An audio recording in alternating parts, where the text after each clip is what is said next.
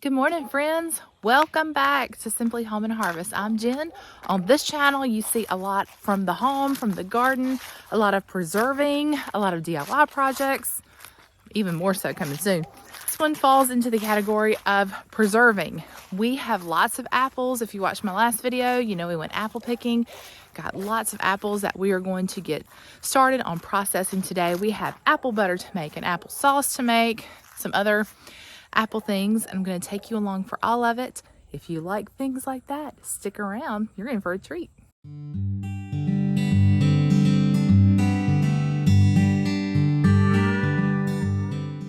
But first, I thought it would be a good idea for me to get a table to sort all these apples on. Now, normally I would just take the apples downstairs where it's cooler and then just go gather whatever I need. But I've been revisited lately by some back problems.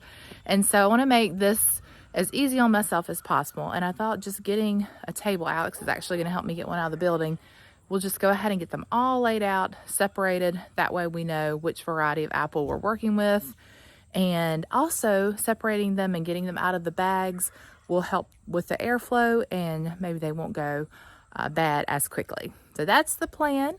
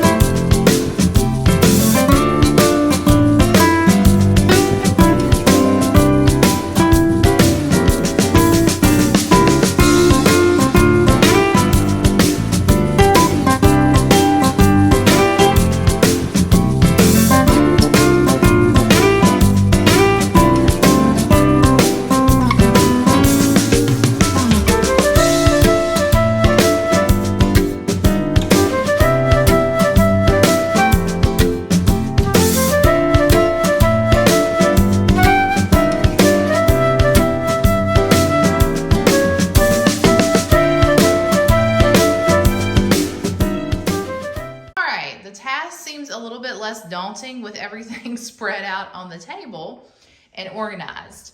Now, I knew that we didn't get very many Granny Smith apples. Alex wanted to get a few to make an apple pie, so we have just a few Granny Smiths. All of these are Golden Delicious, and we have been enjoying these, snacking on these apples. They are probably my favorite between those and Honey Crisp. Those are probably my favorite apples just to eat. And then we have, I thought we got more wine sap than this, and I believe these are wine sap, but I think this is all that we got. They're starting to show some bad spots, so we need to really get started on this project. I think that we have a mixture of Gala here, Red Delicious. I think these are Honey Crisp, or they might be the Evercrisp. I think there are also some Pink Ladies in here. So Pink Lady, Gala, maybe some Fuji. I think those are wine sap back there. And then in years past from this orchard, I have gotten some Stamen apples that I loved for apple butter. And this is what, I mean, this variety really reminds me of a Stamen, but I'm guessing that that's not what it is because I don't remember seeing any that were marked Stamen. So probably still in the same family as the Red Delicious and the Pink Ladies, probably a little bit sweeter, my guess. I mean, we could bite into each one and find out, but I do want to use them for other purposes, so I don't want to take a bite out of all of them. I guess when I cut them up, I can do that. And then all of these are Arkansas Black. That I do know. I do know for a fact those are Arkansas Black. So the plan is to probably use this majority of the table for apple butter, this part of the table for applesauce, pies over there, eating, snacking, and then we'll just do like a mixture for our fried apple pies. Oh, apple cider vinegar. We'll just use the cores from most of the apples to do that. So that's the plan. Okay, I'm gonna try to get some things accomplished today. The day is kind of getting away from me a little bit. But you know, we do have real life that's going on the days that I make these videos. So I have a lot of moments that I have to stop for homeschool and different things like that. But school is done for the day, so I'm gonna focus my attention to these apples for the next probably 3 hours, and then it'll be time to get dinner going. But first, we've got some apples to go ahead and get peeled and prepared for apple butter and applesauce. So I do know that it's too late in the day to start the apple butter. Apple butter is a slower process, so it takes longer to do. So we will do that probably tomorrow, but we will go ahead and get the apples cut up and ready for our apple butter. And then also we're gonna do applesauce. Now my plan is to go ahead and get the applesauce completed today. Hopefully that will happen. All right, first off, I did get my apple core peeler slicer out. I did have a much nicer one. Somewhere along the way, all the many years of use, it broke, and I replaced it with one that I found, I don't know, it's a pretty cheap one. Here's the problem this year. Somehow we're missing the handle. And I looked all down in the box. I cannot find it. I don't know what happened to it, but my guess is that it accidentally got thrown away somewhere. So I try to come up with a makeshift thing. This is just an attachment to a hand mixer. And we'll just see if this works as our handle. I really hope it does. I'm gonna have Alex come in here and help me, I think. So we'll see what happens. If not, I might be running out to get an apple peeler core slicer thingy. I feel like I'm at the orchard again, selecting all of our apples. We're at a really cool farmer's market. I love this. I'm gonna take in this moment. So I'm gonna go ahead and get a few of our apples over and get them processed. And I just love everything about apple season. It really takes me back to my childhood. My grandparents actually had several varieties of apples and apple trees on their farm when I was growing up. And sadly, our family had to sell the farm into my early adulthood.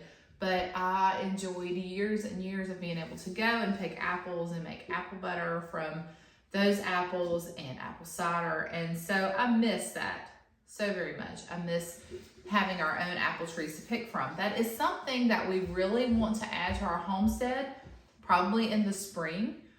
Tim and I have been talking about planting some fruit trees. So if that's here, or if the Lord blesses us with another property, we definitely want to make that part of our future. So for now, though, I'm thankful that we had a place to go and get the apples. I will say the apples have gone up this year, and you know that is just the case with everything. All right, so I'm gonna get a variety of the Red Delicious and the Pink Ladies and the Wine Sap. And we're gonna have a multi-variety applesauce.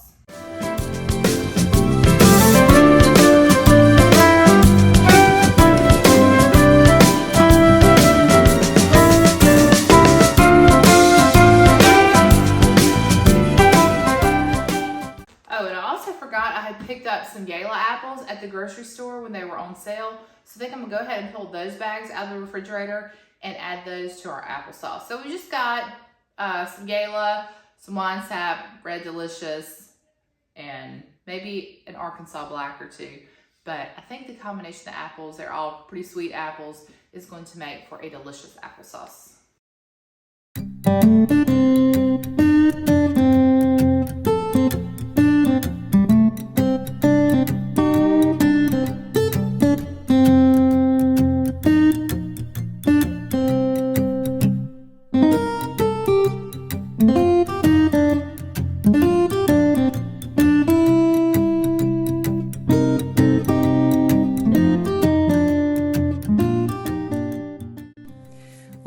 Tried hard to make this method work with that mixer attachment and use the towel just so it will be easier to grip, but you'll see that it was very challenging. In fact, this project and this day had its challenges along the way for sure, but we got through it. In the end, we ended up with some quarts of applesauce, and that's all that matters.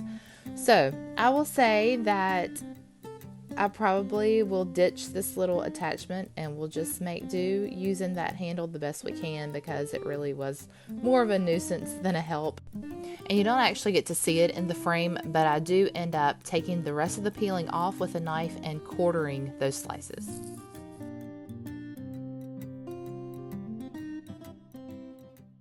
All right, so that bowl of apples, this is what it yielded. It filled our Dutch oven completely to the top. I did add about a cup to half a cup of water, and it's mostly in the bottom just to keep the apples from sticking. But I'm gonna go ahead and turn these on a medium heat, and I'm going to let them simmer until they cook down a little bit. And then we're going to see if we can puree them a little bit in the pot. If not, we may have to bring out the food processor and just do it in batches. And then I will probably convince myself that I need to go ahead and buy that immersion blender, because I'm sure that is going to be more work than I really want to do. But we're gonna go ahead and cook our apples first, and then we'll add in sugar, because I wanna taste it, just taste the apples once they cook, because some of them are sweet apples, and just see, and then that way I can decide, do I wanna add sugar, do I wanna add less sugar than I had originally thought. So I'm gonna do that. I haven't decided on the cinnamon. Do we wanna make cinnamon applesauce? Do we want this just to be a regular batch of applesauce, and then later we can do cinnamon applesauce? So I'm still thinking on that. My go-to is a little cinnamon, never hurt anyone. So I love cinnamon. I love the way that smells too when the apples and the cinnamon are cooking. So we'll decide when we get to that point. But for now, we're just gonna get these apples cooked down. All right, while we have our apples cooking until they get soft, I'm gonna go ahead and get our cores and peelings into the fridge until I can get downstairs to find my gallon jar, and then we're going to make this into some apple cider vinegar. Of course, the process of making apple cider vinegar takes about 4 to 5 months, so I should say we're going to get some apple cider vinegar started, because it's going to take a while before we can get the fruits of our labor. But I'm going to go ahead and set this aside for that. I'll keep it in the refrigerator because we'll have more cores and peeling to add to it. And I'm going to wash our quart jars. I think I want to use a quart jar for applesauce. I just feel like that's just what I want to do. So I'm going to go ahead and get these washed and ready. I'm going to fill our canner with water and go ahead and get the water heated up, because that does take a while. And hopefully by the time all of this is done, our apples will be ready and we can get that applesauce made and get it canned before it's time to start dinner. So wish me luck. Okay, I can hear our apples starting to boil. So I'm going to get in here and just stir them. And this is something, ooh, smelling good. This is something that you want to do pretty frequently so that you don't get your apples, so your apples don't stick. But we have the water in the pot, and that is definitely going to help with that problem. So I'm just stirring them the best I can. They're already beginning to cook down. I don't know if you can see that. I've got kind of a crowded space over here, so I can't get you too much closer. But I've got my jars that are drying right there, and then my canner is already going over here. All right, I think that's probably pretty good. But I did want to talk a little bit about the process of preparing your jars. See if I can get right here so I can talk to you. There we go. So I've had several of you reach out to me and tell me there are new rules to canning and that you no longer have to sterilize your jars. So I'm just gonna say, you do what you feel is best on this. I have not done the research to see why it is that you no longer have to sanitize your jars. I just like to go ahead and get my jars heated, and I'll tell you why. What I will do is once this starts to get warm, I'm gonna go ahead and put my jars that I have washed. I did feel like it was necessary to wash them. They've never been used, however, they've been downstairs, are kind of dusty. So I did want to go ahead and give them a good wash. So after they're washed, I'm going to put them in the canner while the water's heating up. And just for me, that allows the jar to get heated really well, so that when that hot applesauce goes into the jar, it doesn't break your jar. And then the same thing, that jar going into your water bath canner.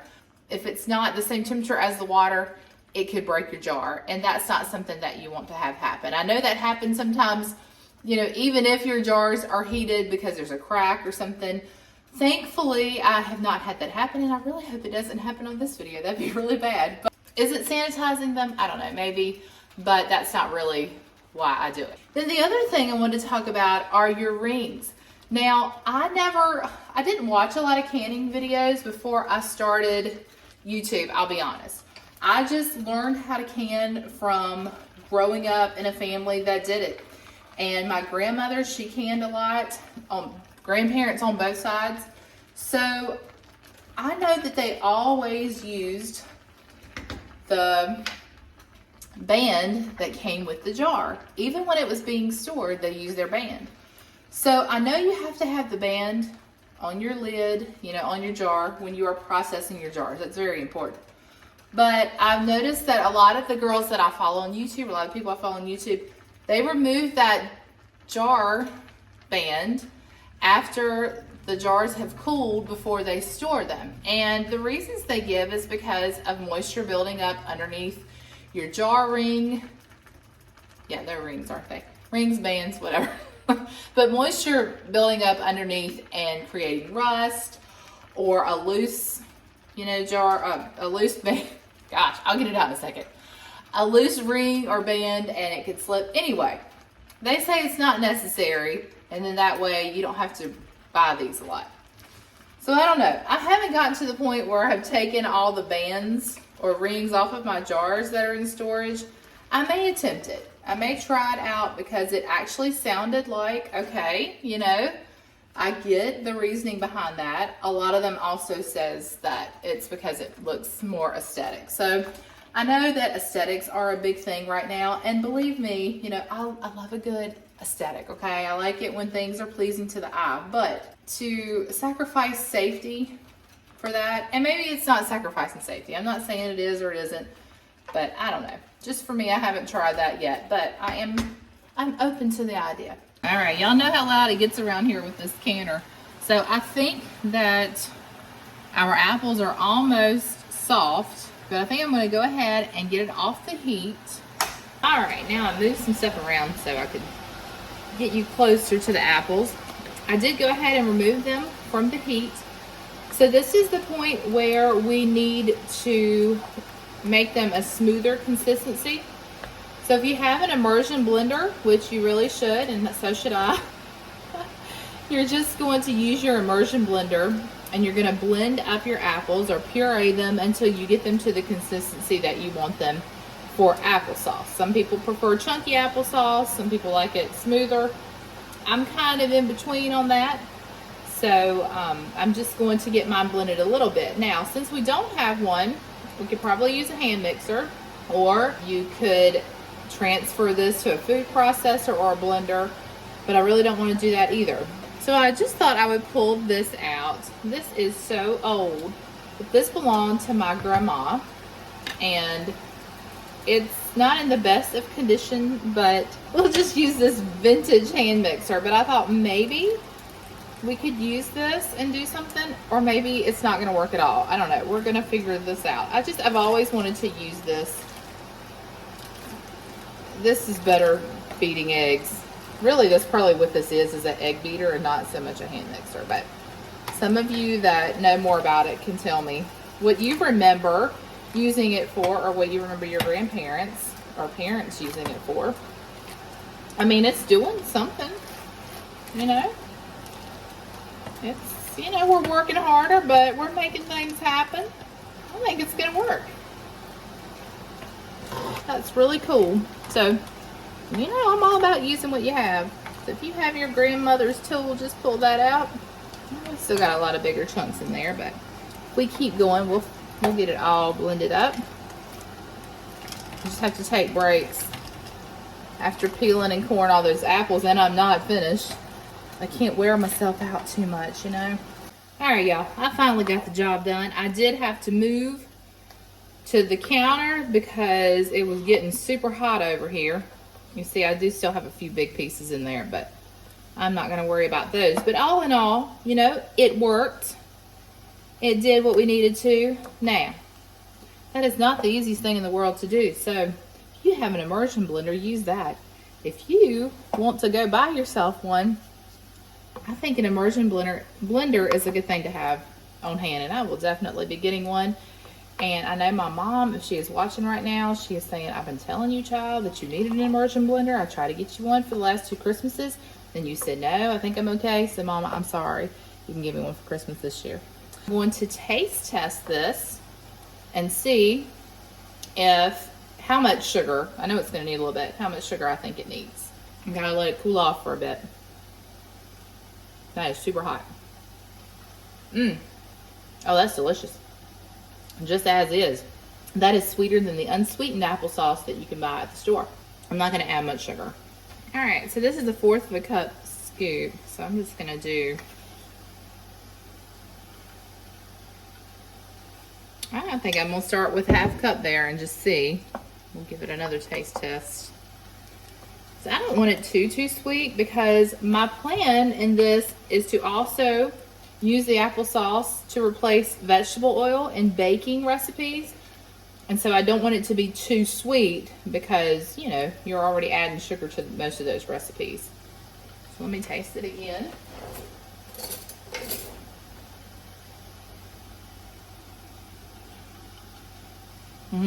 I think that's good. All right, so I'm gonna stop there. So I just added about 1/2 cup of sugar. You can do whatever it is that you prefer. Some people like to put brown sugar in their applesauce, and probably if I make another batch, I'll do like more of a brown sugar cinnamon applesauce. I'm gonna go ahead and add the lemon juice. And so this is, we're gonna do a couple of tablespoons. I'm just gonna eyeball it. It's 1, 2.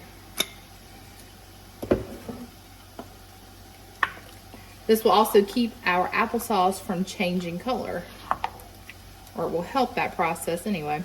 All right, and then we're just gonna add a little bit of cinnamon. Not going all out. Just do a little. Oh. Now we're gonna put this back on the heat, and we're going to allow our applesauce to come to a boil. And then once it does, we're gonna turn it down, let it simmer for a little while, and then it will be ready to get into our jars and can. Okay, I have to share this with you all so you don't make the same mistake I did. I went ahead and put this back on the heat. I only turned it on like a high medium, and I walked away for 1 minute. I walked outside to get some fresh air because I was getting kind of hot in here. And I came back to this.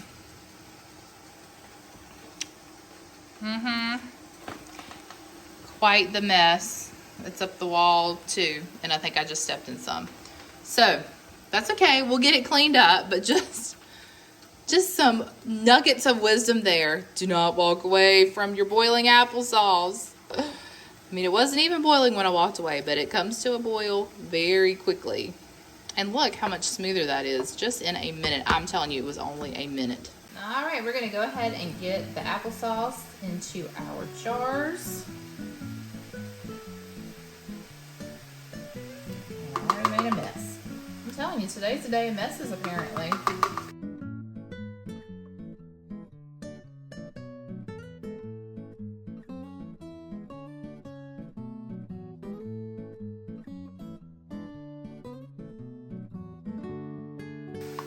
Might be doing good to get 4 quarts out of this.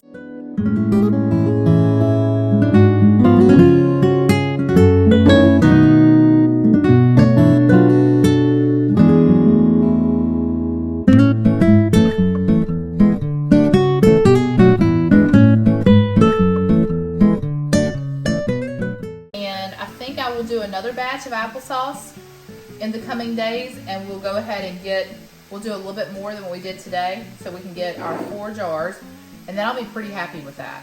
I think that's a good amount for us.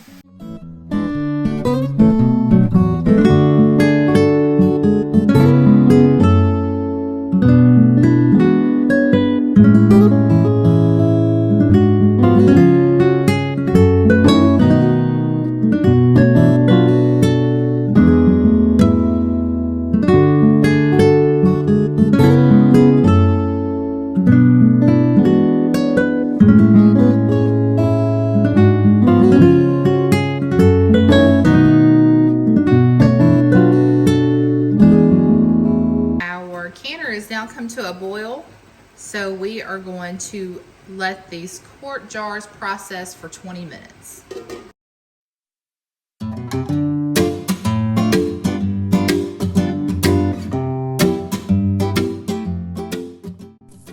I do like to go ahead and let anything that I can just rest in the rack at the top of the canner for about 5 minutes before I remove it. That keeps me from getting burned, and it also allows the cooking to slow down a little bit. Thank you so much for hanging out with me today. I hope you learned a thing or two about canning applesauce and that you're inspired to can some of your own. Until next time, friends, remember to live simply, use what you have, enjoy the moments you've been given, and I will see you in the next one. Bye for now.